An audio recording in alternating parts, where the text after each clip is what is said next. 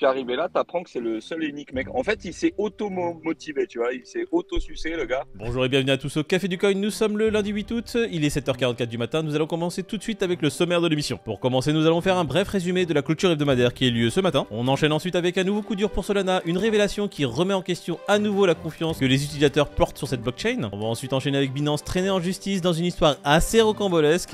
Et le point assez drôle de cette histoire, c'est que c'est à cause d'Elon Musk. Ce même Elon Musk qui a fait une petite interview il y a quelques jours où il nous disait tout simplement que le prix des crypto-monnaies ne devrait pas tarder à remonter en flèche. Si vous souhaitez savoir pourquoi notre génie incompris a annoncé cela, nous allons en parler dans quelques minutes. Mais avant tout cela, nous allons lancer la petite section Bison Futé. Salut Peter, qu'est-ce que tu pourrais nous dire sur les bouchons en cours? Salut les gars, petit ralentissement sur la A13 au niveau du péage, saute avant les autres. J'attends l'intervention d'hélicoptère pour me donner un petit peu plus de visibilité et je vous refais un point route d'ici une petite heure avec plaisir. Ah putain, comment ça fait plaisir de te retrouver, hein. On a David normalement qui devait être là aussi, mais David qui n'a pas réussi à se réveiller ce matin. Malheureusement, il est encore coincé sur l'autoroute, il me semble, au péage de Saint-Arnaud. Je vous fais un petit point dans une heure pour voir s'il arrive à sortir de cette galère. Ah ma biche, comment ça va? Bah bien et toi? Ah j'ai l'impression tu es plein de couleurs, tu es plein de... Tu es chantin, tu es caramel? C'est un effet d'optique, c'est le soleil. Ah, tu es revenu, je pense que le nombre d'abonnés féminins va monter en flèche. On va passer du coup aux bonnes habitudes. Là actuellement on voit le marché qui est sensiblement dans le vert. Un Bitcoin qui prend 2% à 23 450 $, un Ethereum à 1724 $. Alors je crois que lors de ton départ en vacances, le Bitcoin était plutôt aux alentours des 20 000 $. Ouais, et Ethereum était plus aux alentours des 1002-1003. Depuis ces derniers jours, on a plutôt un range qui se situe, enfin, on va dire un plateau qui s'est fait aux alentours des 23 000 $, avec une belle bataille entre les acheteurs et les vendeurs qui voulaient pas lâcher le steak. Un Ethereum, lui, par contre, tu vois, c'était pas forcément évident. Il était en train d'osciller entre 1500 et 1700, et il essaie toujours de passer cette barrière des 1730. On va voir ce qu'a donné de toute façon cette clôture hebdomadaire tout à l'heure. On va déjà faire un petit rapide review des prix du tableau général. Un tableau qui est vraiment dans le vert. Sur les dernières 24 heures, tout est pratiquement vert. Sur les 7 derniers jours, tout est vert. Et sur les 30 derniers jours, tout est vert. On va passer quand même les coins les plus importants qui ont eu des hausses assez significatives cette dernière semaine. On a un BNB à 327 $, un Cardano 53 centimes, un Solana à 42 $. Alors Solana qui continue à monter alors qu'il a des news vraiment dégueulasses sur le dos. Ah, qu'est-ce qu'on aimerait que ça bégaye là, putain, que Bitcoin il descende un petit peu là. Moi j'attends ça depuis je crois un mois que le Bitcoin se retrouve à 11 000 $. J'ai l'impression que mes espoirs vont être tués dans l'œuf. On va regarder un peu du coup la clôture hebdomadaire et les courbes de ce qui s'est passé ce petit week-end. Alors clôture hebdomadaire qui s'est fait sensiblement au même niveau que la clôture de la semaine dernière. Donc du coup il n'y a pas grand chose d'autre à dire. La clôture s'est faite juste au-dessus des 23 000 $. On est actuellement à 23 428 $. Clôture hebdomadaire qui n'a pas réussi malheureusement à dépasser ni la EMA 20, ni la MA50, ni la EMA 200 qui se situe aux alentours des 25 000 $. C'était le niveau à atteindre pour les boules pour pouvoir voir une montée assez rapide du Bitcoin jusqu'aux 28 000. La clôture s'est faite en dessous de cette EMA 200. Il n'y a rien de nouveau par rapport à la clôture de la semaine passée. Du coup, on devrait voir un Bitcoin qui fait sensiblement les mêmes oscillations que la semaine dernière. Ouais, il faut des petites bonnes nouvelles là. De l'inflation en baisse, des billets qui s'impriment. Alors du coup Moïd, qu'est-ce qu'il faudrait là? Qu'il passe en dessous de quoi pour que ça soit alarmant ou qu'il passe au-dessus de quoi pour que ça soit plutôt bon signe? Pour l'instant, il y a... Enfin, on va pas dire que c'est positif ce qui se passe sur le Bitcoin. Là, on est en train de buter sur la Tenkan. Si on n'arrive déjà pas à la traverser, ça va être un peu compliqué. Si le Bitcoin, les prix arrivent à dépasser cette Tenkan, la prochaine résistance serait de toute façon le haut du nuage. Donc daily, la configuration pour qu'elle soit un peu positive, il faudrait vraiment une impulsion majeure des acheteurs pour qu'ils puissent déjà passer des prix actuels, 23 400 $, et arrive rapidement au-dessus des 25 000. Si on arrive à faire une clôture déjà en daily au-dessus des 25 000 et la tenir jusqu'en fin de semaine, ça serait vraiment très positif et je pense qu'on arriverait très rapidement dans ces cas-là aux alentours des 29 000 $ parce que entre 25 000 et 29 000, il n'y a pas trop de barrières. Parce que quand on voit le Ethereum à 1007 et tout, c'est des beaux mouvements. Là, sur 30 jours, on a quand même pas mal de cryptos qui ont pris des sacrées augmentations, mine de rien. Mais vu que tout est dépendant du Bitcoin, il suffit que Bitcoin repasse sous les 20 et là, tout va bégayer d'un coup, quoi. En 4 heures, la configuration est un peu plus belle.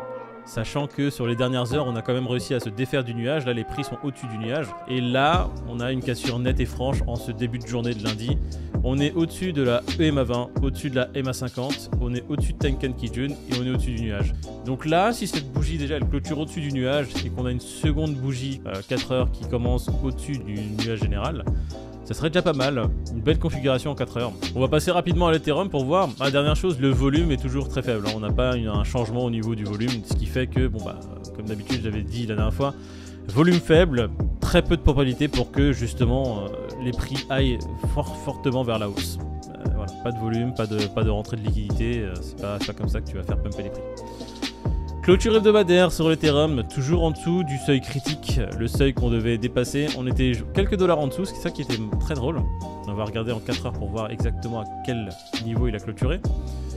Clôture hebdomadaire sur l'Ethereum qui s'est fait à 1710 $. Bon, et bah on le voit ici, la clôture, elle aurait été idéale au-dessus des 1730.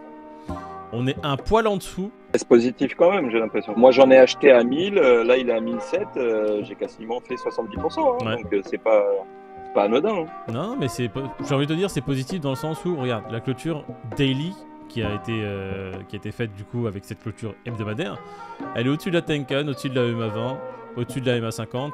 Tenkan, on est au-dessus du nuage.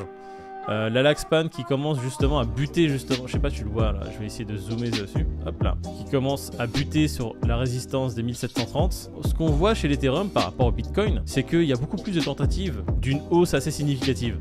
On est vraiment en train de buter maintenant depuis plusieurs jours sur cette résistance des 1730. On voit que les gens, les acheteurs, les bulls derrière l'Ethereum sont beaucoup plus actifs que sur le Bitcoin. On a une bougie qui vient de dépasser, elle n'a pas encore clôturé au-dessus. On voit qu'il y a quand même les vendeurs qui sont présents pour essayer de défendre leur ligne directrice des 1730. Il faudra vraiment voir ce que va donner justement cette clôture en 4 heures. Si en 4 heures on arrive à dépasser justement tout ça, ça serait positif. Bref, Ethereum quand même du positif. On est au-dessus de Tenkan Kijun, au-dessus de la MA20, au-dessus de la MA50, au-dessus du nuage.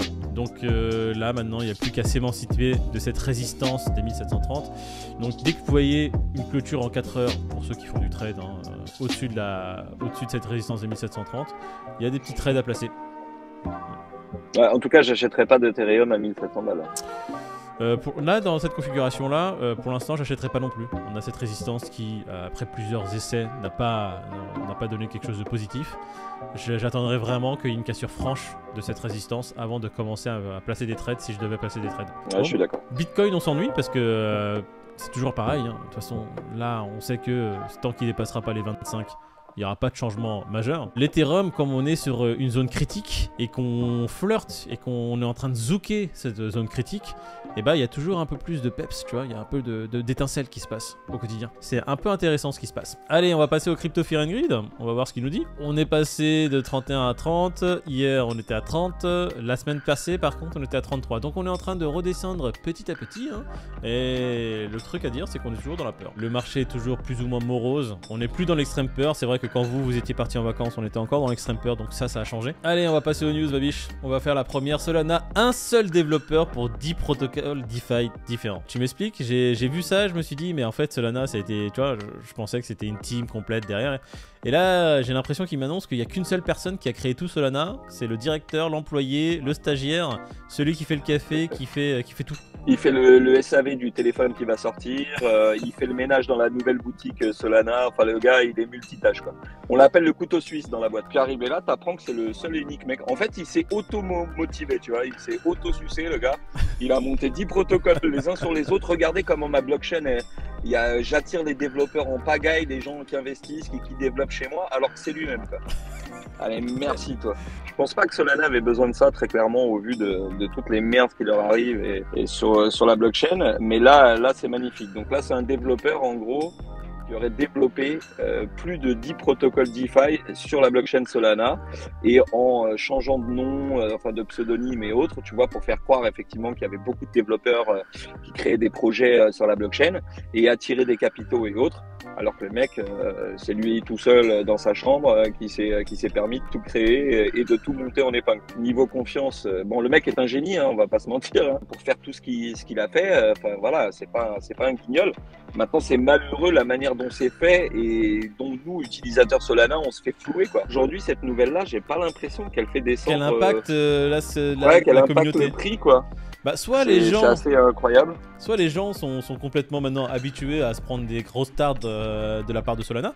Donc ils se disent, Ouais, mais en fait, c'est comme d'habitude. Aujourd'hui, c'est juste un mec qui nous annonce qu'il a créé Solana et avec ses yep. Utilisateur lambda de la blockchain Solana, qu'est-ce qu'il fait? Il achète du sol, il en revend, il va acheter allez, je te dis une connerie, des NFT, voilà, il va faire 2-3 trucs. Finalement, lui, ce qui l'intéresse, c'est surtout la scalabilité, que ça soit rapide, qu'il paye moins de frais. C'est aussi pour ça que ça a concurrencé Ethereum de manière significative et que c'est monté aussi haut. La news n'affecte pas Solana en lui-même. Solana, sa blockchain a toujours les mêmes attraits qui sont intéressants. C'est juste que on a été trompé sur comment ça a été fait. Moi, personnellement, voilà, j'ai acheté quelques projets, j'ai fait 2-3 transactions. Ça change pas finalement ma vision, enfin ça change ma vision de Solana, mais ça change pas mon utilisation quelque part. C'est peut-être pour ça que l'écosystème n'est pas si impacté ça par cette news. Ça devrait quand même, parce que là on parle de protocole DeFi avec des rendements. Enfin, quand tu vois ce qui s'est passé sur la DeFi ces derniers mois, là pour le coup je mettrais pas un centime d'euro, qu'on soit d'accord. Ouais, mais déjà je pense que les gens ne mettent plus un centime d'euro de plus sur les protocoles DeFi, lending, etc. sur la blockchain Solana. C'est peut-être pour ça qu'en fait c'est pas si impacté que ça. C'est que à cause des hacks majeurs qu'il y a eu, en fait il y a un hack toutes les 3 semaines sur Solana. À cause de tout ça, j'ai l'impression que déjà tout le monde s'est barré. Donc du coup, comme il restait pas grand monde de base, il peut pas y avoir un gros impact parce qu'il y a plus personne. Faites très attention. Solana. En fait, c'est pas Solana, c'est vraiment les protocoles DeFi qui ont été montés dessus et la liquidité qui est arrivée justement sur l'écosystème Solana. Il y a certains protocoles DeFi où on pensait qu'il y avait des teams complètes qui sont assez majeures. Bah non, en fait, il y a qu'une seule personne. Un génie. Ouais, donc un putain de génie et de la méfiance maintenant pour tout le monde, parce que clairement, en fait, vu que c'est à 42 $ et que ça n'a pas baissé, je me demande quelle nouvelle sur Solana va faire descendre le prix du sol, quoi. Là, je suis curieux, là. On va continuer justement sur Elon Musk. Binance traîné en justice par Twitter à cause d'Elon. La vente a capoté avec justement, c'était quoi l'idée? C'était l'histoire des faux comptes, hein, il me semble, que Elon, il a un petit peu bloqué, en tout cas fait marche arrière sur le rachat de Twitter. Et là, tu te rends compte que bon, quand Elon voulait racheter Twitter, on a su qu'il n'était pas tout seul. Il y avait une multitude d'investisseurs qui avaient mis avec lui pour faire ce rachat. Ouais, de ce rachat. Voilà. Et en gros, de ce qu'on comprend, c'est que Twitter assigne en justice tous les investisseurs. Binance, à l'époque, avait mis à hauteur de 500 millions, je crois, assigné à comparaître.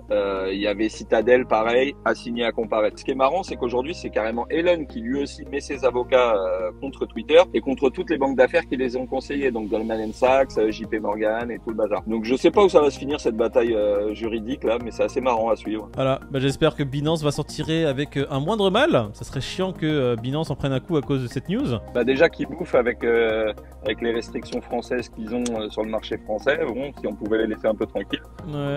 Bah écoute, on va continuer avec Elon. Hein. Elon qui annonce que le pic de l'inflation a été atteint et que des jours meilleurs devraient arriver sur les marchés. Il est en train de dire qu'effectivement on aurait peut-être touché un bottom. Est-ce qu'il essaie d'influencer les cours? Est-ce qu'il y croit vraiment? Sachant que lui, il a quand même vendu, je sais plus, 90% de ses bitcoins qu'il avait sur Tesla il n'y a pas longtemps à perte, quoi, quelque part, avec un pourcentage à perte. Qu'est-ce qu'il cherche en disant ça? Alors, il a vendu ses bitcoins apparemment à perte une partie d'entre eux, mais il a quand même fait un profit global sur la vente de ses bitcoins d'environ 65 millions. Hein. C'est ce qui est, au vu de l'achat qu'il y a eu, c'est petit, mais il est quand même en profit de plus de 65 millions. En soi, ce que Elon nous dit, c'est que voilà, le prix des matières premières est en train de diminuer, ce qui fait que l'inflation a trouvé son plus haut. Et maintenant, on se redirige petit à petit vers des prix un peu plus normaux et des prix plus bas. Ce qui entraînerait à terme, encore une fois, si l'inflation diminue, les restrictions vont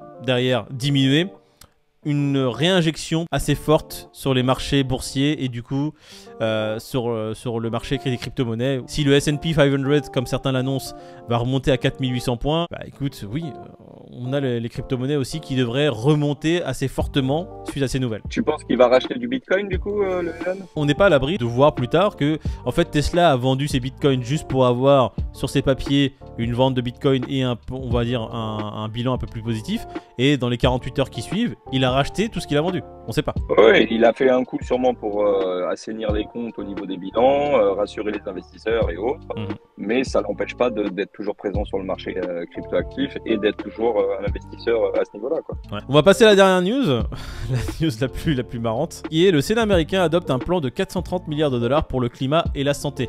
C'est un plan de relance qu'ils ont baptisé un plan anti-inflation. Je sais pas si ça vient de Biden le gâteux ou pas, mais... Ah bah lui, on sait très bien que de toute façon, rien ne vient de lui. Ouais, j'ai cru comprendre que c'était une marionnette, mais elle fonctionne de moins en moins bien. rester. Les mecs sont en PLS derrière. Ah ouais, le mec qui est derrière, il bégaye. Hein, parce que Il est là avec il a du sa mal. manette PS4. Ça lag. J'ai un problème de connexion, les J'ai gars. plus de batterie, merde. Non, c'est vrai, Biden, il fait un peu flipper, quoi.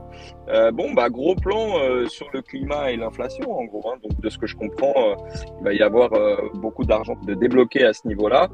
La planche à billets qui fait son retour. Bon, on est sur 700 millions, c'est ça, je crois, Non, là, de alors, je réimprimer. t'explique. Ils ont imprimé 430 milliards de dollars. On n'est pas à 700 milliards, on est vraiment à 430 C'est milliards. Ouais. C'est tout. Oui, c'est juste ça.